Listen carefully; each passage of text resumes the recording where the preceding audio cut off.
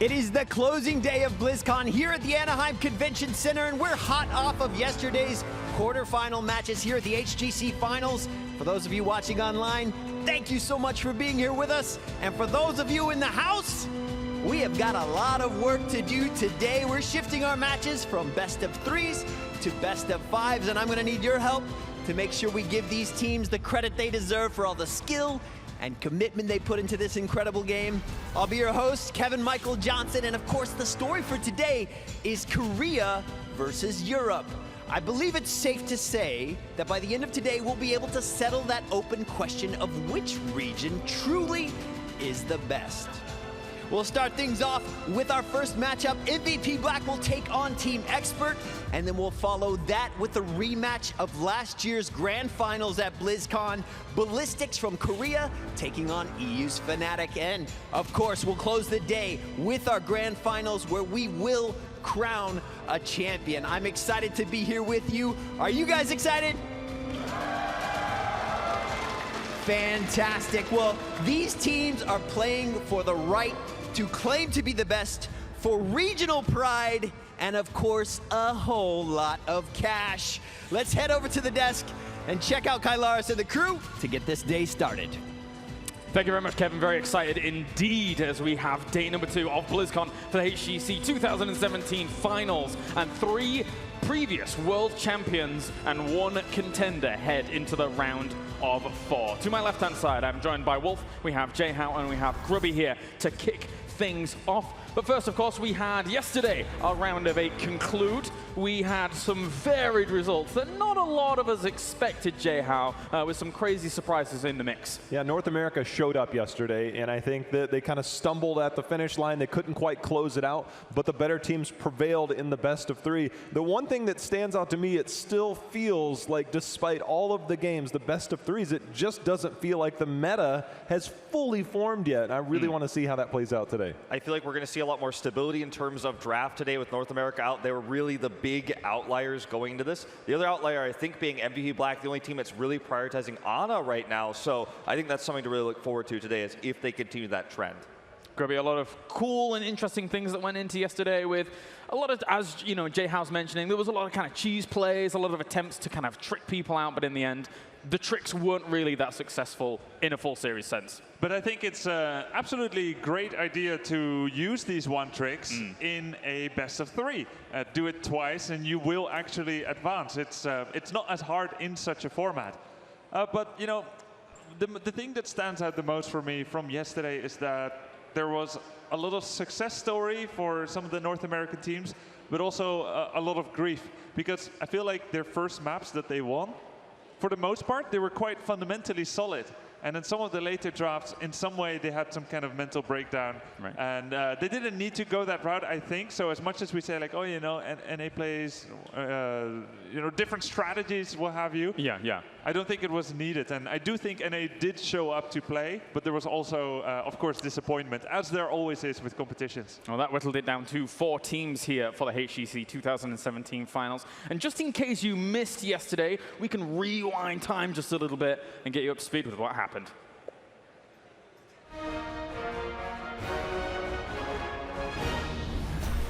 So, of course, it will be Team Freedom going up against MVP Black, where Team Freedom looks to find opportunity here, going up against a former world champion, where most people would feel a diverse and difficult task ahead of them. The age is being used right away on Kier. Here is the Torment of Souls. He dives towards the back line. Ragnaros on the other side, going for the Molten Core. Rich trying to cut off the path of retreat, but Tist is in a little bit of trouble. Here comes the Sulphurous Smash. Everybody on the side of Team Freedom is already low, as we see once again HGC going down just seconds before he has much available. And more members are low for Team Freedom. Divine Shield will be used. Reset is kiting backwards. Rich here to carry him in his arms. Turns around with the big Sulphurous Smash. Will land on top of Dansky. He's getting lower and lower. Finally, he will fall. Collusion, the only member left.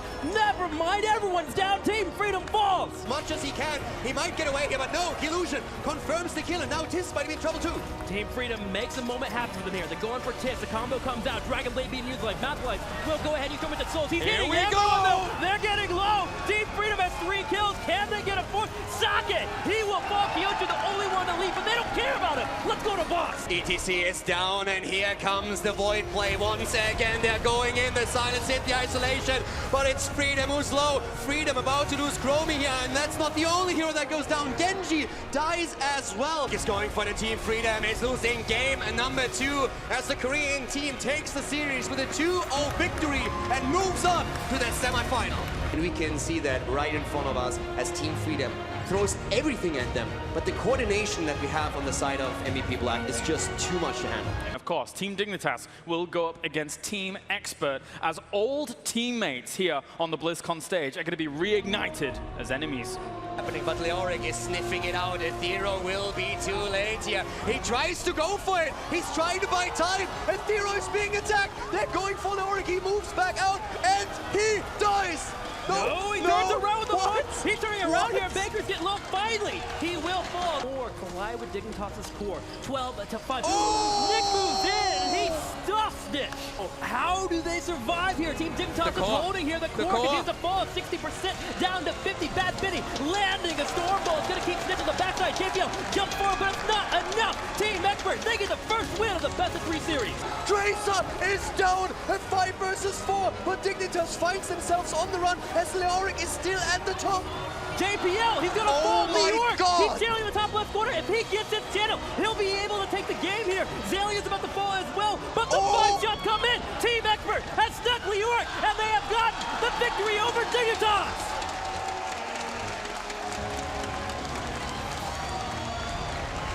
So it's EU going up against NA here as Tempo Storm is hopeful about their chances against the world champions.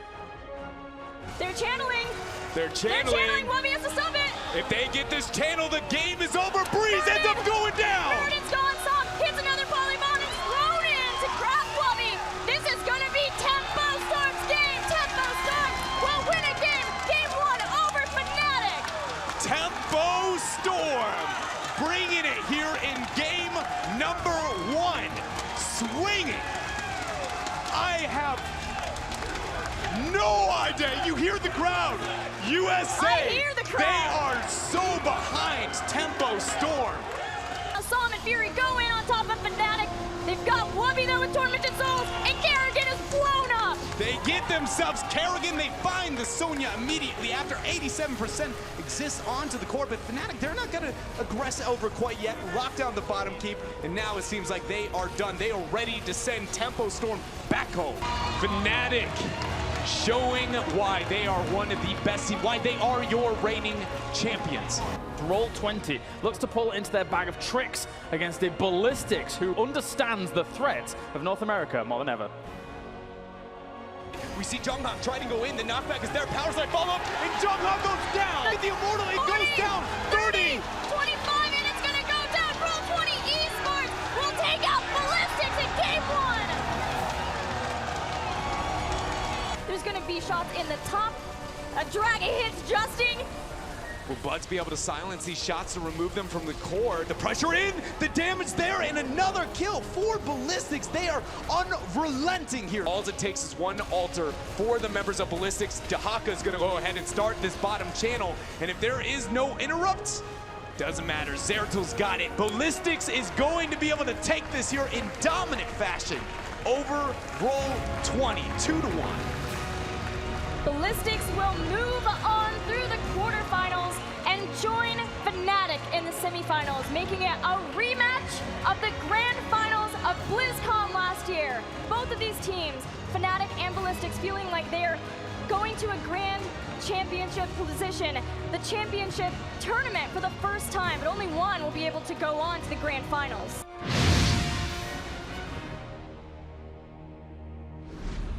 Emotions were riding high in day number 1, as you could see at the very end there. A bit of a brutal blow to Roll20 at the very end of the day, but it all kind of fell apart for them going up against a team like Ballistics, who was very, very powerful in that series, Grubby. Roll20 took the first map, but then the experience and the power of Ballistics shone through as they adapted and widened up to Roll20's plans and were able to take that series back 2-1. Yeah. let's check in with the prize pool to see exactly how much is on the line. Not only the title of becoming a world champion, but also $1 million in total. All of these teams today have already secured themselves $75,000 here on the stage, and now they're looking to contend for $200,000, or of course that $500 first prize. So much on the line. I think we do believe that this is the biggest prize pool in a Heroes tournament of all time so far. So there is no short change here, Wolf. It's very, very important for them. Yeah, I mean, MVP Black, for example, with this top 4 finish, they've actually themselves earned over $1 million as an organization in Heroes of the Storm. Winning this would bring them to $1.4 million. I think that's one of their big goals, and making this prize pool so great is for MVP Black, who's a storied organization. It's got to feel amazing. They're so close to basically breaking more and more records in terms of prize earnings. That's funny. Earning $1.4 million is one of my personal goals too. Nice. But think about what it means for Expert. We look at theirs, it's probably doesn't reach the same stature as MVP Black. I said it yesterday, this is life-changing money for some of these people, especially the newer guys on stage. It definitely is, and I believe, Grubby, you're about 90% there with your esports history, right? So you're doing all right. Let's check in with the bracket, see exactly how things are going down throughout the day, as well as what happened yesterday, as we previously showed you. 2 0s and 2 1s yesterday, with the top half of the bracket being a bit more solidified for the teams going through, whereas the bottom half was a bit more shaky. That results in 4 teams left. MVP Black, a world champion.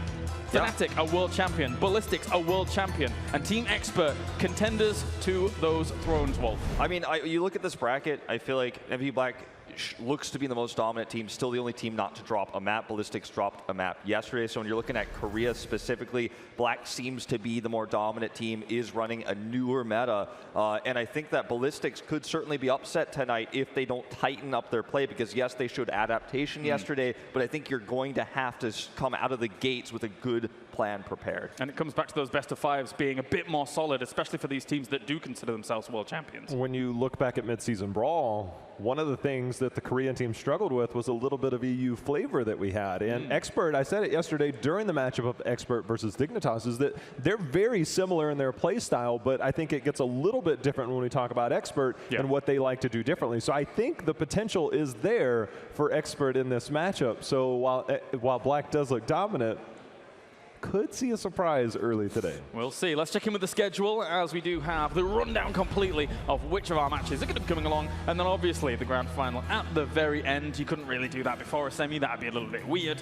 So we will have later Fnatic going up against Ballistics. But our first match to start things off is MVP Black going up against Team Expert. And Grubby, we've seen that for Expert actually trumping, Team Dignitas yesterday as well as they did.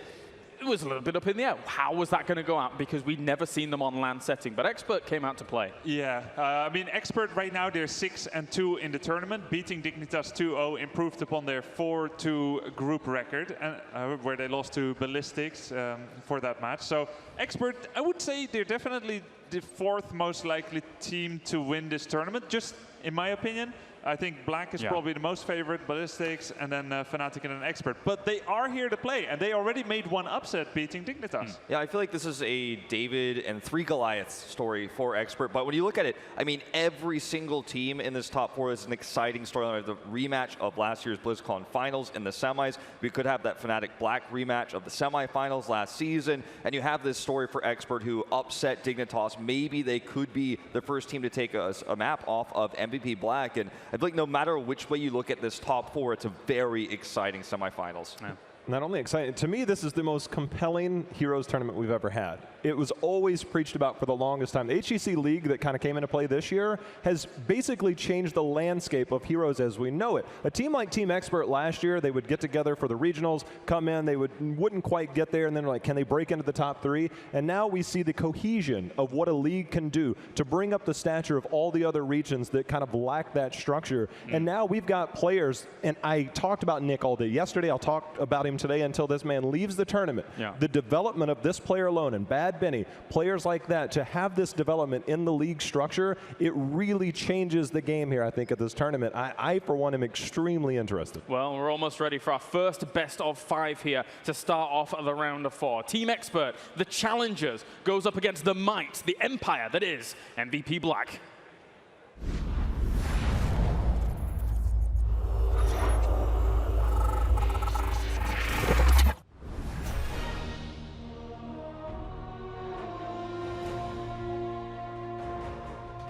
상황에서 스포츠를 만나면은 정말 하나의 변수가 일어났다고 생각해요. 엑스퍼트가 디그니를 잡을 거라고는 생각을 많이는 안 하고 있어요. 잡을 수 있다고 생각하는데 디그니가 상대적으로 세다고 생각하고 e스포츠랑 스크림을 많이 해봤어요. 저희가 그래가지고 만약에 e스포츠가 올라오면은 디그니보다는 상대적으로 쉬울 것 같아요. 엑스퍼트는 저희가 연습 때도 많이 상대해봤는데 그렇게 특별히 힘든 그런 팀은 아니고 약간 그들이 갑자기 변칙적인 그런 걸 좋아하기 때문에 저희가 그냥 평소에 하던 대로 하면은 그들은 저희가 쉽게 꺾을 수 있을 것 같아요.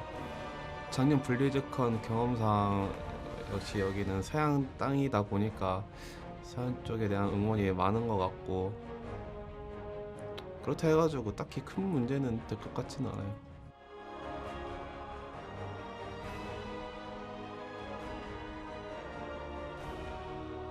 Okay, so the crowd at BlizzCon is completely different than anything that we had before in other tournaments.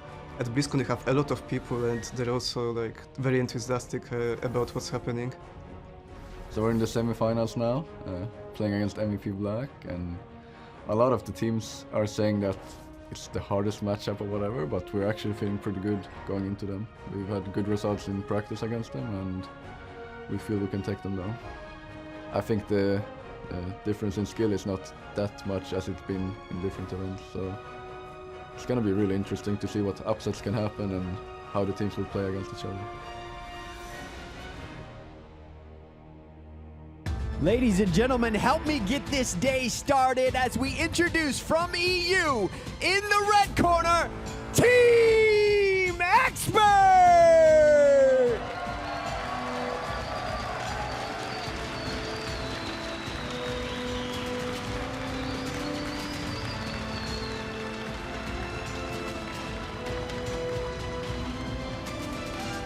And on the blue side, none other than Korea's MVP Black!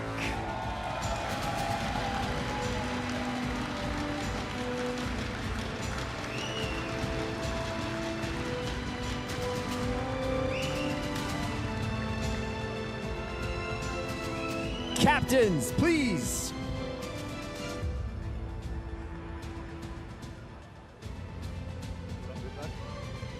Good luck, gentlemen. Kalaris, let's get this match started.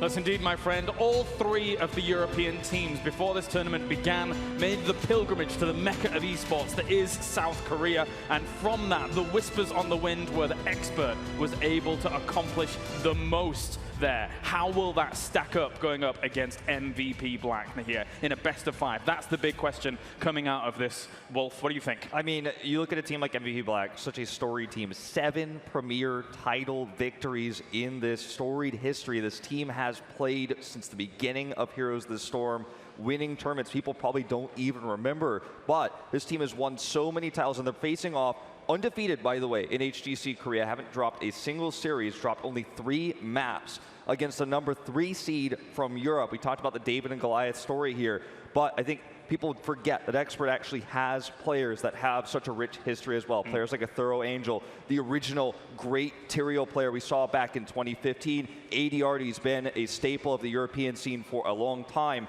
But I think the experience of Black here is going to be very difficult to overcome. And somebody to point out that Jayhao brought up prior is Nick, a player that for you on Team Expert has been standout throughout the tournament. He's been an incredible standout player. Everything that he does, it seems to work really well for their team.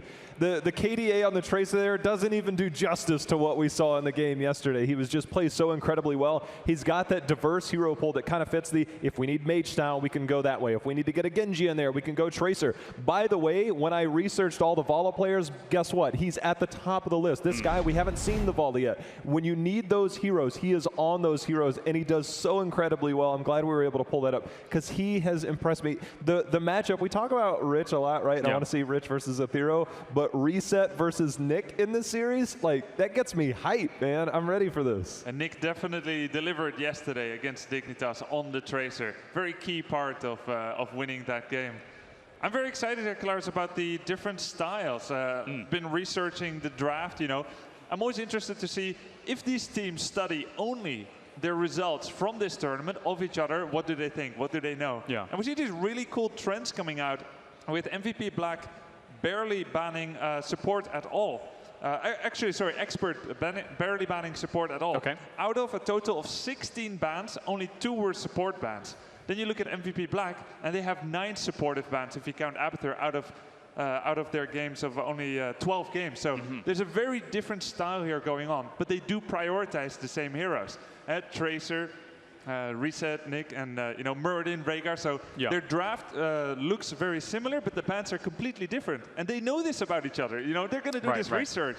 So I'm really curious to see what's going to happen in this best of 5. Well, the HGC universe can join in with all the festivities going on here for the HGC 2017 finals as well by cheering for which team you think is going to be victorious or the one that you just care the most for. It's up to you, really. It's your choice. We're trying to approach the 28 million mark as we're currently at 27,606,730. Easy peasy. Well played, HGC universe out there. Good stuff rolling on in. And looking at how this stacks up, we mentioned it before, it's best of 5 format. So that kind of changes things up. This is probably one of the best opportunities for us to really see how flushed out the meta has been between these teams. If we want to talk real talk, I think if MVP Black is going to lose this tournament, even if they win this match, I think one of the reasons why they might lose this tournament is because Expert pushes them to the brink in their drafting, forces them to show things that they haven't shown so far. They've hidden a lot, I think, in their draft at the moment. So if Expert can actually force them to show their hand a little bit, maybe if they make the grand finals, it's going to get a little bit tougher. There's something to be said about the interviews that we saw, and that it feels like Expert is already in the heads a little bit of MVP Black. We saw 2 players on that team both say, we know they're going to do something different. We know they're going to do something different. And when you have to be on your toes and react to potentially some very strong, different strategies, you're not, that's what I said, the little EU spice, you know, it's in their head right now. Well, let's find out which battleground we're going to be going to for game number 1 in this best of 5. And MVP Black will take us to Tomb of the Spider Queen. What do we make of it, boys? Well, first of all, we have to talk about the Warhead ban. Totally standard from MVP Black. No surprises. But the Sky Temple ban from Expert, very intelligent as well. Allows them to play that European safe late game where they don't get snowballed in the early game that Black loves to do on Sky Temple. So I think these bans are fantastic on both sides in terms of what they were looking to do here. Very much a comfort ban for Black. But Tomb, let's see how this one pans out. All right, let's get into it. The first best of 5 of the day. These teams have already won $75,000, but the winner of this best of 5 moves on to the grand final and at least claims themselves $200,000. MVP Black goes up against Team Experts. Right away, I feel like we've seen so much Tracer play. Normally flexing over to Thero on Tomb of the Spider Queen. Wonder if this might be a Tassadar ban who does contribute to the wave clear. It's a safe hero for ADRD. Or just take away Nick's Chromie and get rid of that. Yeah, big threat always in terms of denying turn-ins on this map. When you prioritize a battleground like this, obviously that's something you are going to be concerned about. MVP Black's always been an objective-based team, meaning that rather than team fighting or trying to out-macro their opponents, they try to focus on the objective. And we're going to see Tracer Morales come out here. Not a surprise from MVP Black. They love that extra sustain that Morales can give for the Tracer in that 4-man rotation, and it's very powerful. So now, with Tracer being on the side of MVP Black, Team Expert probably has to consider either a Tassadar pick or a Tassadar ban. And MVP Black's draft was very fast, so they anticipated for this scenario. We knew that the preferred warrior and support for either team are Muradin and Rhaegar, and they'll generally draft those first, with the exception of Tracer. You'll pretty much not see any assassins from either of these teams the whole tournament so far. Except Tracer in that first half of the draft. There was one exception where Expert took an early Genji, but pretty much for the rest it's all supports and warriors in that upper half. Now Expert needs to decide, do they go with Tassadar or not? I'm glad you mentioned that because I actually feel they should go into a potential Rhaegar here. They end up going both. I actually like this a lot for the sole purpose of now you take away one of those, because if you only picked one here, you can only ban out another. You give up the potential Rhaegar, you give up the potential Tassadar. Now I would actually like to see them move into an Ana ban. That was going to be the next part that I was talking about, is that you take away that, because Morales can be played by Sake or Kyocha, and it's normally Sake, and they try and do the 3-2 split. And in this instance, now they can control the support meta of MVP Black, because that's literally them in a bubble with Rhaegar, Morales, Tassadar, and Ana right now. Yeah, I think the Ana ban is very situational, though, because this could just be a hyper carry Tracer. We've seen it in Korea so many times where you don't necessarily want to use the Ana with Tracer because Ana Boost isn't going to do as much for the Tracer here. So I don't know if that's necessarily required here, but I really like the priority of wave clear, because when MVP Black runs these zeros, especially on this battleground, it's about that wave clear and sustain in the format where you end up hitting that turret ammo, wearing it down, getting that lead, which allows you to zone out the turn-ins. Going back to that Chromie ban, that is what Black wants to do on this map. Out sustain in lane, push, push, push, get that advantage with the minion waves, take those turn-ins. The funny thing is, if Ana is a ban, Ana generally gets paired up by Black with either Sonya or Ming. And if Sake is on Morales, then he's not on Li Ming. I put reset on Li Ming, that's possible. But you could also see a Sonya ban here at this time. I will say what scares me a little bit about going into the TAS Rhaegar is that there's not any real pulse bomb protection outside of the shield, which is on a longer cooldown than it used to be. So Tracer has those 8-second windows essentially that you can go in. You obviously got the shield time as well, but you have those windows that you'll have. So the Tracer player at this level will be trying to pick those up. So again, with that, the Rhaegar are very susceptible to that. No self-ancestral, things like that. So there's a few pocket bans, a few pocket picks for MVP Black that come out pretty much in the last pick of the rotation of the draft. Zeratul, Ragnaros, Malthael, and pretty much Malfurion as well, who's kind of sneaking up in the top win rates of heroes that get played a decent amount. Ragnaros ban takes care of one of them, and arguably the most important one, considering it's Tomb of the Spider Queen.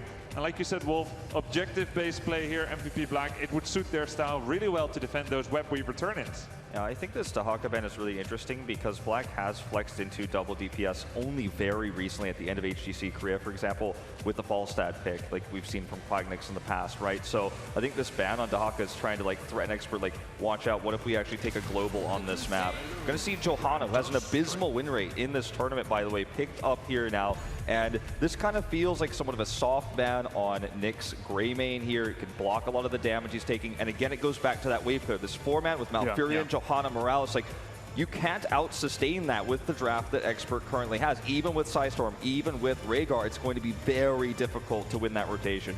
And I'd like to see the Greymane here. I think Vala is a safe option, but again, the protection style that you have there with Tracer coming in, Greymane has a little bit higher health pool, can go into Worgen form, get the armor, things like that. But again, the shields are going to have to be very timely, and generally Vala, you kind of use it on cooldown to make sure she gets the heals, get that self-sustain out of that. With Greymane, it's more of a pick and choose style, and I think they can adapt to that, but they've got to make that decision, and I think it's a tough one right now because the last pick on the side of Black, very open on what it could be. Yeah, we have that flex roll for Rich there in that final position. Some of those pocket picks of melee assassins. For now, Expert is going to choose their final two. A very solid draft so far. Li Ming, Greymane, the classic quintessential draft by Team Expert. Versatile on every side, and it's going to be Zarya. So we have the hyper support composition here. Zarya, a warrior, but with shields together with Morales and Malfurion. This is a pretty heavy emphasis on the Tracer, but don't forget about Malfurion. 7 wins, 3 losses, highest win rate hero of any hero that got played 9 or more times. Yeah, and Malfurion does allow you to do a lot of things. You can pair this with a Blessed Shield, his silence there. You can pair this with a big Condemn. But what I really like about this final pick of the Zarya is it gives you such massive pushing power, and I think that's what Expert is really going to struggle with. They struggled against Ballistics when Ballistics played this slow, patient style. They kind of got poked out. They got chipped out of the game, grinded out essentially, as they just kind of had to sit back blow for blow because Black is such a safe team. It's going to be tough to find openings with this, but I do like that they bring in the second damage here, Li Ming, which lowers the power level of Johanna's blinds. But that's the thing that is, I guess, a little bit confusing to me because I think for MVP Black, they snap block that, but I almost think that was in response to the Li Ming. Zarya does really well against burst damage heroes. Oh, you're going to throw out this big arcane orb? Thank you for the energy. Outside of that, you generally don't get much energy if it was to be the Vala or something different, but the burst style really contributes to Zarya play here. I don't know if that would have been the pick had Li Ming not been on the other side. Probably. So. I mean, there were some other options, but Rich was a little bit target banned. You know, Ragnaros, the Haka, they were already gone. One more cool thing to say is Zarya can interrupt the pay station really well with basically infinity grenades. So there is a lot of control over both the objective and you have the infinity unbreakable push style that MVP Black can now employ. You talk about energy, I think a lot of the energy is going to be coming from cannon towers more than it's going to be coming from anything in the early game. So, well, gentlemen, we are ready to head over to our commentators for this best of 5. So without further ado, the round of 4 begins here for day number 2 for BlizzCon. The final day here at BlizzCon, and it's getting exciting. But before we start here, Caldor, I got a bit of a gift behind you if you want to go ahead and take a look. Yeah, we got thanks this a lot. Murky back here. First picking it. Got some hopefuls. You like that? Yeah, but we didn't have them for Murky first pick just yet. But I wouldn't put it past Expert. They have always been a bit crazy. In this game, on the other hand, the surprise pick came more so from MVP Black. Well, let's go ahead and go into it. Game on number 1 here as we move into Tuma Spider Queen. MVP Black taking on Expert. It's going to be a good one here. A lot of teams, a lot of people thinking that MVP Black is going to walk away with this tournament. But Team Expert, they've already shown they're willing to mix things up for a lot of teams. They played fantastic just yesterday against Team Dignitas, but today we have to the left side a very different beast. It's Saka on Morales, a reset for the Korean team on Malfurion, Tist on Johanna at the front line, Kyoja on Tracer for the damage output, and Rich on Zarya. Ladies and gentlemen, MVP Black! On the right side in the red, Kirsten will be playing Rhaegar, becoming the one trick of the entire tournament. Bad Benny playing Murden. A Thorough Angel on that gray main. Gonna be following up ADRD playing Tassadar. And Nick will be playing Li Ming. Give it up for Team Expert.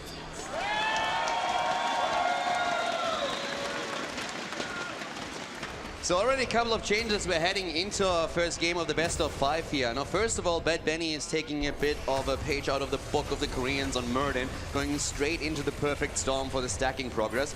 Now, they are supported by 2 supports here, of course, so that makes it for Murden a little bit easier to mitigate some of the damage. You're going up against the Tracer, so you're very unlikely to head into block, which is another reason why we see them with the extra blower potential. Trying to lead the charge with a good Storm Ball, the extra damage that comes through perfect storm then later on, and Li Ming and Greymin, of course, attempting to finish off the target. Yes, they will be. Kyoja going to be going for that pulse break at the level 1, looking for those extra pulse bombs to come in, try and blow up targets that come their way. It's going to be very helpful against the double support that you mentioned earlier. If you can get a target blown up, in particular the Li Ming, the Greymane, or the Rhaegar, MVP Black will start off a fight well. Bad Benny already missing Storm Bolts, but look at Rich on the bottom side, building up the energy and pressuring the bottom lane.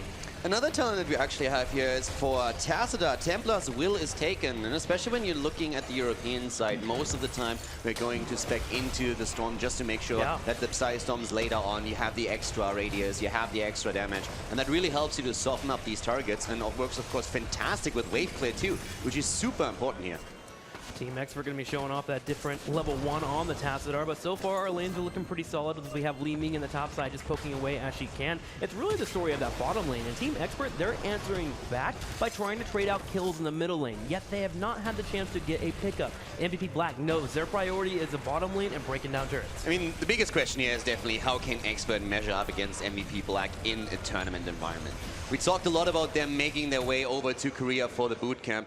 It was really interesting to hear Reset earlier talk about how he feels that they are doing really well against Expert in scrims, because we heard exactly the opposite from Saka, who told us we really struggle against them. We have a negative win ratio against Expert, and they always surprise us with the priorities they have in draft. So it's pretty interesting to see that both of the players on the side of MVP Black kind of contradict each other a little bit here. Dad, on top of that, Bad Benny yesterday, after their win against Dignitas, that big 2-0, he was already talking about how he was ready to face MVP Black because of that reason. They knew that they could take them on because of scrims. The question is, was MVP Black holding back in scrims, or do they have secrets here that they're ready to show? Look at Rizzo, he's in trouble on the bottom side, and Zarya gets picked up as Team Expert. They find the first kill of the day. Expert with the first kill here, taking down Zarya. Very well played here too. Bad Benny zoning the entire time and holding the Storm Ball back for a bit longer. So Black at this point a bit more defensive, and Kyoja in particular has to be very careful on Tracer here, since the bot lane is being pushed heavily. Athero, of course, on Greymane, always using the opportunities he has to put the extra damage on the structures. And overall, Expert is actually doing really well, breaking through the wall at the top too. Yeah, it's actually a common strategy when you see a Zarya pick on the other hand. Team Expert is going to be doing their best to find her isolated and pick her off, especially after she uses a shield. Curson getting picked in the middle lane though on that Rhaegar, and a Thorough might be going down as well. Tiss will be able to hit the condemn, but luckily a Thorough is able to get out. Bad Benny needs to sneak away. Here's a root. He's low, but he finally hops to safety. Pretty close call there for sure. The Krillon just coming back in time. Great route from Malfurion in particular, locking him down as he is trying to escape behind the gate. And in the meantime, Li Ming is still doing her thing at the top lane. But what we can see in the middle is really just Rich pushing through with Zarya right now. And that is that siege up style that Black wants to play here. It's an early game advantage of having a Zarya on your team, especially with the Tracer and the Morales. You can consistently top off, make sure you're good to go. You have the shield to pop in to get the extra damage, and you're looking to just break down the turrets to get an experience advantage. Now, Team Expert getting that kill on the other side, trying to offset off, but MVP Black with the kill on Rhaegar still having that lead, moving towards level 7, and finally even getting a turn in. This is where they could start to run with this game. Exactly. In the perfect world for them, they would now heavily siege up on a lane, take down the fort, take the lead in experience, snowball it towards level 10, and put even more pressure onto Expert than in the long run, denying them a turn of their own. So Expert is going to try their best to somehow mitigate that. And they already took a camp, and quite in time. This is going to help with the defense in the mid lane quite a bit. The mid lane being defended here.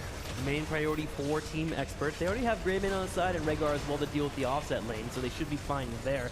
MVP Black just needs to decide, do they want to commit to the idea of pushing down the middle lane? And so far, with Zarya being here, the foundation for this team, they're going to stay in this area. In fact, Gyocha's going in for a kill. Bad Benny's getting low. He's cutting to the side here. Nick will take the pulse bomb for his teammate, and Bad Benny will survive. Bad Benny still in play here, but the push is continuing, and MVP Black is getting closer to taking down the first fort of the game. So this is going to give them a huge boost in experience, already hitting level 8 here. Expert trying to defend as best as they can, but the push is just a bit too strong. Looking pretty bad here for Team Expert, a full level behind. They did defend, of course, their bottom and top lane. Might need to get down there as we have Zarya heading towards that area, but still, things are not looking too good for MVP Black, especially if a second fort goes down here, if they push in here and get a kill on Bad Benny. That's absolutely insane that with the first turn in, you're already trying to take down the second fort here. That usually is, this extremely rare here, especially on the level that we are looking at right now. Yeah. But Expert, on the other hand, even with the loss in infrastructure, they are still kind of close in experience. Now, MVP Black hasn't walked away with too much of a lead just yet. It's roughly half a level. That's something that Expert can still play around, especially if they manage to move in for a turn and before level 10 hits.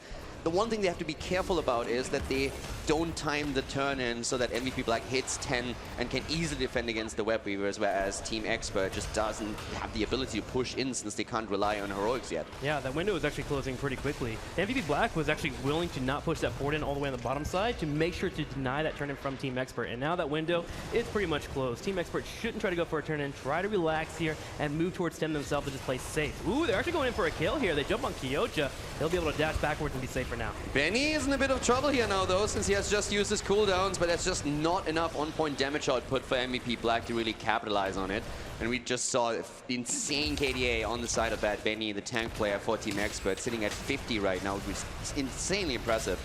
At this point, though, we have MVP Black making their way towards level 10. In an ideal world, they would try and use that to get the second turn in and then snowball off the second objective. Well, the only 2 gems off. There they go. Finally get them here so they can go for that turn in. They're dropping off on the top side. Team Expert are trying to catch one target, maybe on the bottom side if they could surprise their opponent, but they have to be careful. If they don't get the kill right away, they have to back up. It's Gyocha and crew, they're coming in for a fight. Yeah, same time, Expert still waiting for the 10. They don't get it. Bad Benny in trouble, trying to hop out. Doesn't work. He gets a shield, but he's in a world of pain here. Goes down just before level 10 hits. Can't rely on Avatar, and that is MVP Black walking away with another kill. And they immediately seize the opportunity to take down another fort. And there goes that KDA, just like that. We're going to catch Bad Benny on the bottom side. 10 finally will hit here for Team Expert, but MVP Black has a window here to turn in, and they will do so. Second Web Weaver turn-in of the game goes over to MVP Black, and they're going to be looking for that third fort on the top side. And at the same time, though, we have Curse Bullet taken by Aethero, so already highlighting that they're really trying to blow up a target super fast. We've been talking a bit earlier about how Bad Benny is trying to get these stacks together for Perfect Storm. He's currently sitting at 14 hits. And so we are roughly 11 away before he completes his quest, but already a bit of an extra damage output if they connect with a Stormbolt. Stormbolt, Curse Bullet, great targets here, especially if they can catch Zarya when her shield is down. Team Expert on the side does get caught with the Graviton Surge. Going to be hit with a Blessed Shield as well. Kyocha dies for it, but Nick is able to slip past the wall and be just safe.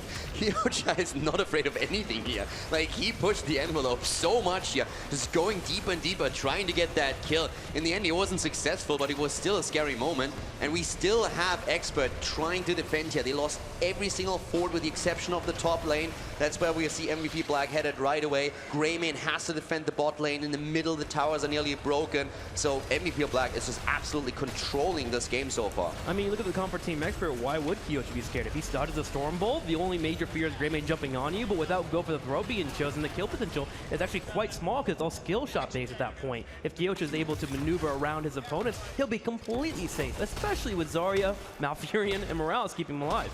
Yeah, and especially when we're talking about the main damage dealer being Tracer, I think it's also the main reason why AD already switched the build on Tassadar, because he wants to be able to get that damage on the single target. Seems to be one of the main reasons for the adjustment. We have him at the same time now also sacrificing some damage since they didn't go into Archon but used Force Wall instead. So it's all about isolation here. MVP Black has the 13, they go for the boss, but Experts feel pressure to move in and contest it anyways. Bad Benny having a hard time in that front line with 5 chasing here.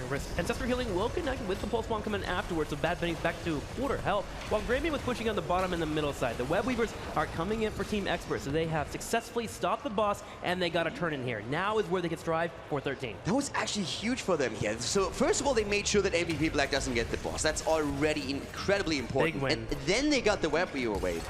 They are still not in control of level 13, so that's a bit of a problem for them. So they have to be careful with the push, but they at the same time also need to break down some infrastructure to close the gap in experience. And that's what they're going to try and do. Once again, here comes the cleanse. Bad Benny is in a bit of trouble the entire time. He's anchoring for his team all the way at the front, but he is heavily attacked by MVP Black in every single skirmish. That he is. They're getting low. Kyocha going forward. Bad Benny jumps away. Still trying to chase for him. The Pulse Bomb will connect. He'll use Avatar to stay alive, but Team Expert, they are bruised and battered. They need to back up and get away from the Web Weavers and MVP Black defense. But at the same time, Black is investing so many resources and so much time to try and force these team fights. So they leave the lanes alone, which allows the Web Weavers to push even more. And we see the result here at the top lane. The fort is about to fall. They can snipe it at any point and gather the experience. And let's not forget, the entire fight happened on MVP Black having a talent advantage. So from Expert's point of view, that can be considered as win as long as they don't lose a hero here. Ooh, and you can see the potential from them. They try to go for Johanna and get her low.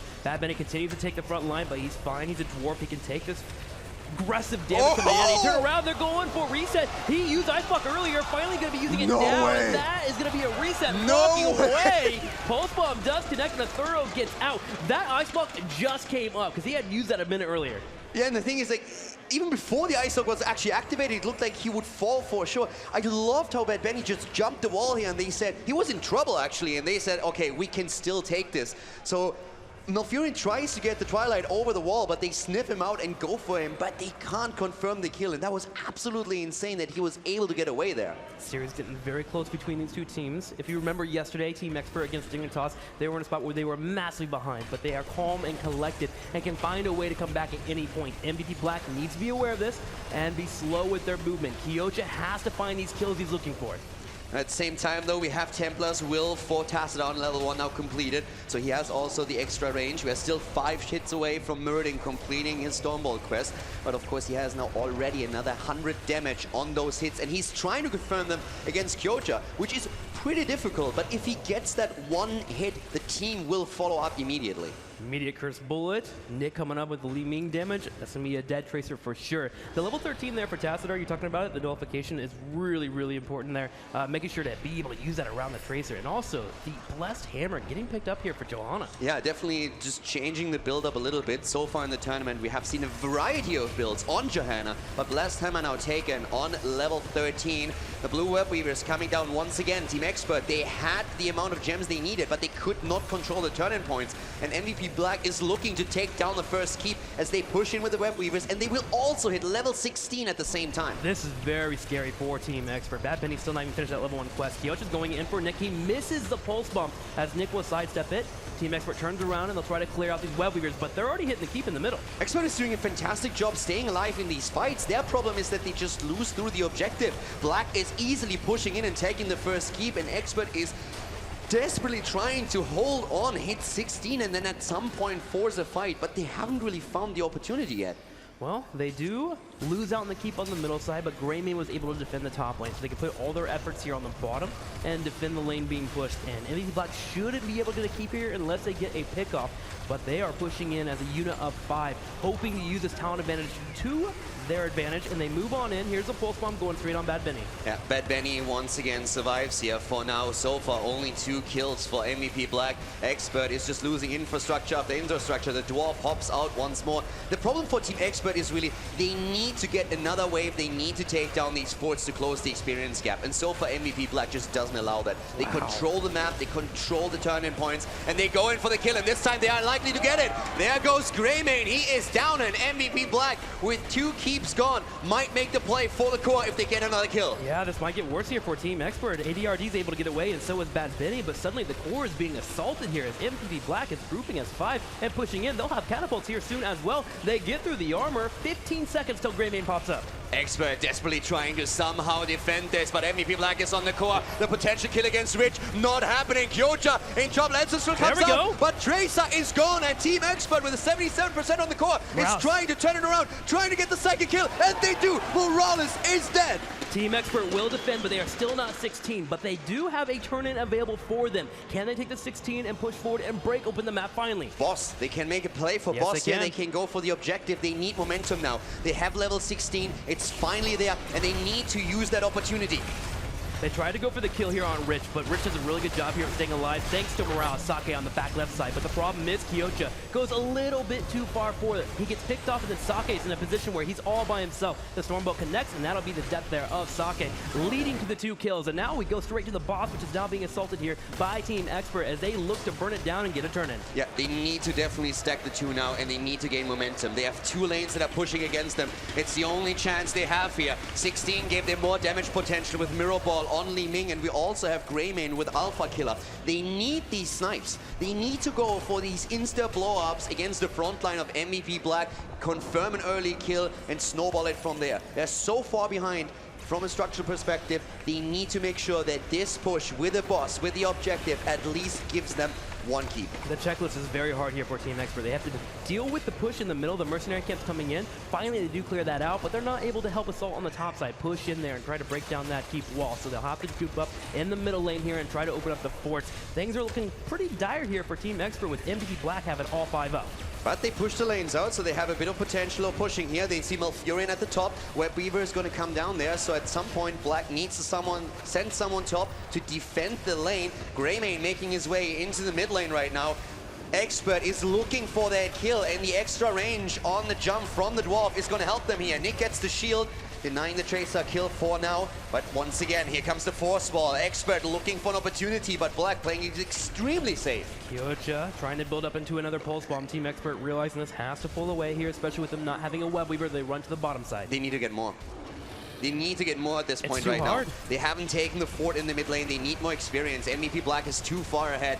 You can't give them the 2 lanes here. If there's no kill for Expert, it's going to be a very rough game from here on out. Since MVP Black is still a level ahead, they will still hit 20 before Expert is even close to it. Black knows this. They play safe until they clear the Web Weavers. Then they turn around and drop a busted shield. Bad Benny will get focused. Ancestral healing will connect. Bad Benny trying to turn around here for the kite. Wants to go in for the fight. Tracer nearly dying, but Kyocha survives. Once again, they're going for a Thero. Here comes Bad Benny. No hit points, no mana, but he wants to save his teammates. And Thero goes down. A great grenade on the side of Morales pushes him back in. And MVP Black with a double kill against Greymane, against Muradin, and they drop Li Ming as well. ADRD takes a dirt nap. He'll fall there. There's 4 members down. Only Rhaegar is left up. MVP Black charges straight towards the core here, and they're looking for the first win in this best of 5 series. They'll drop a pulse bomb, and everyone will hit the right click. Black going straight for the core. Fantastic first game by them here, controlling the objective, controlling the turning points, and not leaving Expert any opportunity at all. As MVP Black goes for the core, drops it, and takes game number 1 in the best of 5 series here in the semifinal.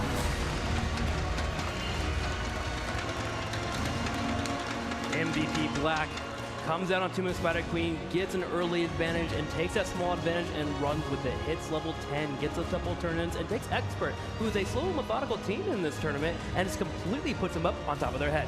And it was all on Kyoja with 70,000 damage that he just put out. And even though Expert really tried to take him down, they could never really pull it off. Having a really hard time there. Team Expert is going to go down here to MVP Black 1-0 in this best of 5 series. Let's go to our host and our analyst here as they talk about the match. An intimidating start by MVP Black here to get things going on Tomb of the Spider Queen, because realistically, they looked solid. There was no real weaknesses, no real moments where Expert could get in there and try and kind of pick their composition apart. I feel like this just goes back to everything we said in the draft. They have wave clear, they have pushing power, and it was really just, I mean, a Team Expert with the shield up, taking blow by blow all game long. They had 2 turn-ins, they had 2 potential moments to get back into the game. As Calder highlighted, they didn't do enough. I think Thorough Angel had a very bad game of Greymane as well, finishing his cocktail build, I think, at 1640 in that game on Tomb against a pushing composition. Very late finish there, some positional mistakes, and Black does not mess around when you make these sorts of positioning mistakes. Well, you know, he was the split pusher. It was his role to try and create split map pressure, to try and stop this big 5-man from bulldozering down the mid keep. And I think that's probably why, you know, the cocktail can't get stacked this fast. But it's indicative here of the problematic, you know, game approach here for Expert, because Expert actually ran this kind of unbreakable comp before with Tyrael, but they did it on Dragonshire against Ballistics, and they lost with it. And that's because Dragonshire is one of the most split maps. 3 different lanes that are all very important. Whereas on Tomb of the Spider Queen, the lanes are so close together that this kind of unbreakable comp is very strong. Now, they picked this early on, Tracer Morales, and MVP Black actually ends up making Morales look really broken. And then finally, you have this Murden Tassadar Rhaegar by Expert, and then they had a choice.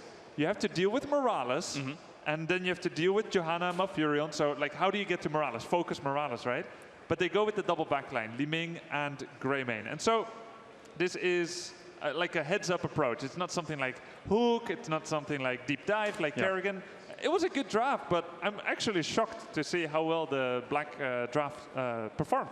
The whole thing about it is this is their preferred battleground. If you look back at first picks at other large events, this is what they like to first pick on their map. That and Battlefield of Eternity are their 2 priorities. And as we talked about yesterday when they went against Team Freedom, it was a matter of, it's kind of hard to cheese it up a little bit, get those odd strategies coming out on a map like Tomb of the Spider Queen. So Team Expert will have an opportunity as we move forward. Again, it is a best of 5. So putting a lot of weight into that first game, I'm not quite there yet. Grover, some standout moments. Yeah, mostly we see the macro play, bulldozering down with an unbreakable comp, but there's 2 cool little moments that I would like to focus everyone's attention on for a little bit more. As we go into the game and we see there was this really cool thing that Nick did as we roll it at 1x speed. Bad Benny gets in danger, and we look here, and Nick is on purpose blocking the pulse rounds that is going to come on Bad Bunny. That would probably finish him off, considering the delay of the Tassadar shield. You know, maybe yes, maybe no. So that's kind of a cool thing. And then we get to that second moment here. You know, these are the micro plays for which there was space. In comes Johanna with the Blessed Shield, and we see this big move. But Reset is caught in a very awkward location here. And very nicely recognized by Expert. Bad Benny deals with 2 problems at the same time. His own life is in danger, and Malfurion looks to be out of position, so they're gonna make a jump for him. This was sick. This was supposed to be a takedown here for Team Expert, but very nice prioritization by Reset. First with the Twilight Dream, then as we pulse it, very cool, incoming by Zarya to deal with that expulsion zone as well. Then he uses Ice Block, and eventually at the exact right time, while Silence is still up, he will run away as we run it forward. a very key save here, because this kind of kill onto the Spider Queen could have changed everything for Expert here. And it was a very narrow affair. I don't think Reset had more than 20 HP. Yeah, and this is one of those moments where you see the power of these kind of control of choke points from MVP Black with the expulsion zone, the silence, the blind that comes over there at the end. It was just at all those moments they were just so close to killing him, but they just couldn't quite pull it off, pull it through. All right, game number 1 in the books here. MVP Black currently takes the 1-0 lead. We're going to hear a word from our